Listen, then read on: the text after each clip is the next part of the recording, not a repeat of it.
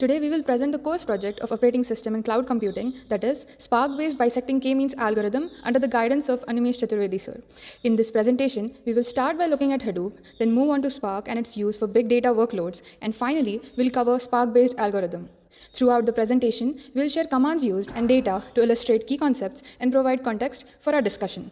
Now, the main reason behind which we've chosen this algorithm is that it is a useful clustering algorithm that can handle complex datasets more effectively than traditional K-means clustering, and it can produce more accurate clusters in some circumstances, and has the added benefit of having less sensitivity to the initial conditions.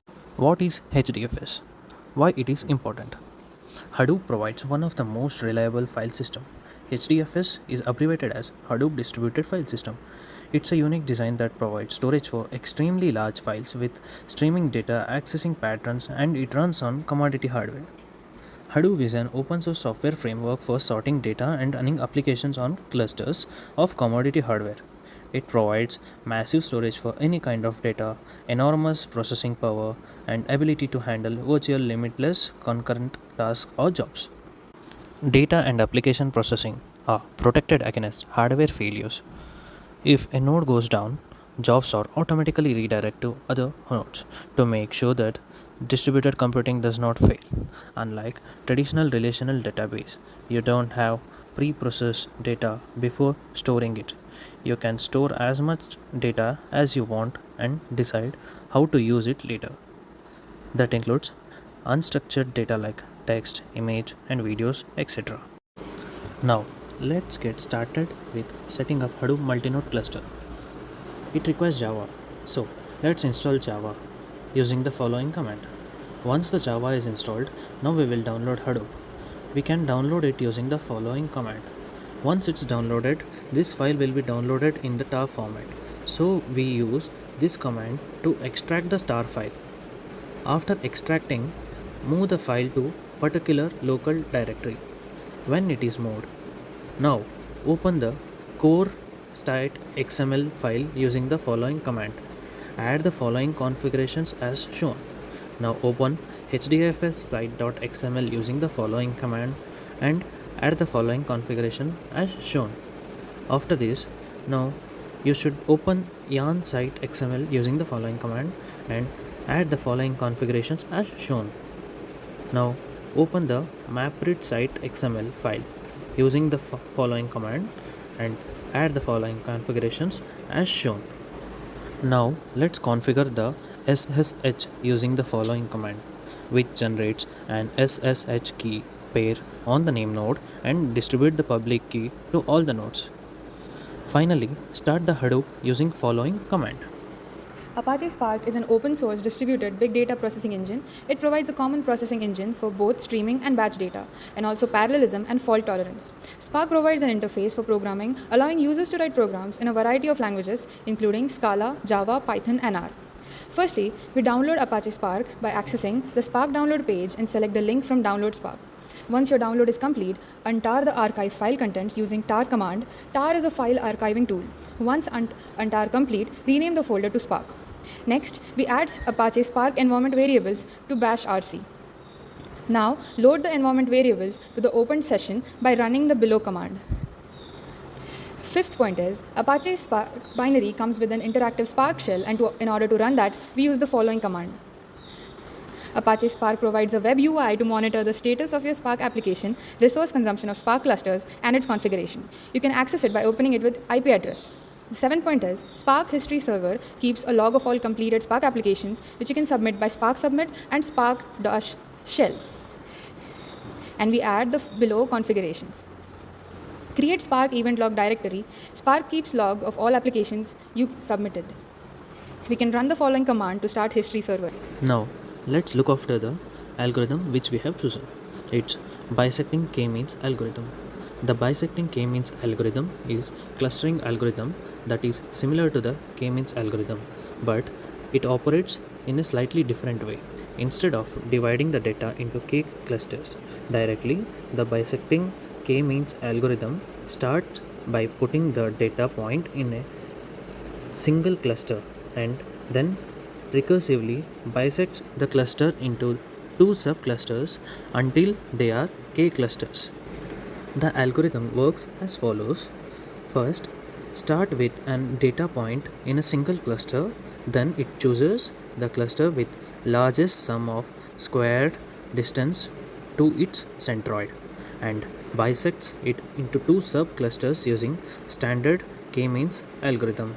Finally, it repeats the step on the two new subclusters until there are K clusters. The main advantage of bisecting K-means algorithm is that it is sometimes produce the better result than the standard K-means algorithm, especially when the data has an irregular shape or the clusters have vastly different size. However, the algorithm can also be slower and more computational intensive that K-means since it requires multiple iterations to the of standard K-means algorithm. The bisecting K-means algorithm is often used in cases where standard K-means algorithm does not perform well. This can occur when the data is not well separated or when the outliers or noise in the data or when the cluster have vastly different sizes. By recursively bisecting the largest cluster, the algorithm can find better clustering solutions in such cases. The bisecting K-means algorithm is implemented in similar way to standard K-means algorithm, but with additional step of recursive bisecting the largest cluster. The algorithm can be implemented by any programming languages and there are many open source implementations available. It's also possible to customize the algorithm to suit specific needs or data types. The bisecting K-means algorithm is a clustering algorithm that can be used in variety of applications in machine learning, data mining, image processing, and market segmentation. Overall, the bisecting K-means algorithm can be a powerful tool for clustering data and identifying patterns or trends that may not be immediately apparent. Its ability to recursively bisect the cluster can also help improve the accuracy of clustering solution, especially in cases where data is complex or irregular. So now let us look into the commands that we have used throughout our journey. The first command that we have used is HDFS name node format. HDFS name node format command is used to format the Hadoop distributed file system name node. This command initializes the metadata and directory structures. The next command that we use is startall.sh, which initiates the multi-node cluster, after which we use the spark home command to start the server history of the Spark server. Then we use Spark shell to check the Spark version and also initiate Scala. So now let us look into the Hadoop cluster system. So in this you can see the number of apps that we have submitted, the active nodes, the decommissioning nodes, and a lot of other data like the number of containers running, apps completed, the used resources, the amount of minimum resources that we have, maximum resources that we have, the total resources. So now let me show you the Hadoop distributed file system. Let us look into the overview where you can see the number of live nodes that are running.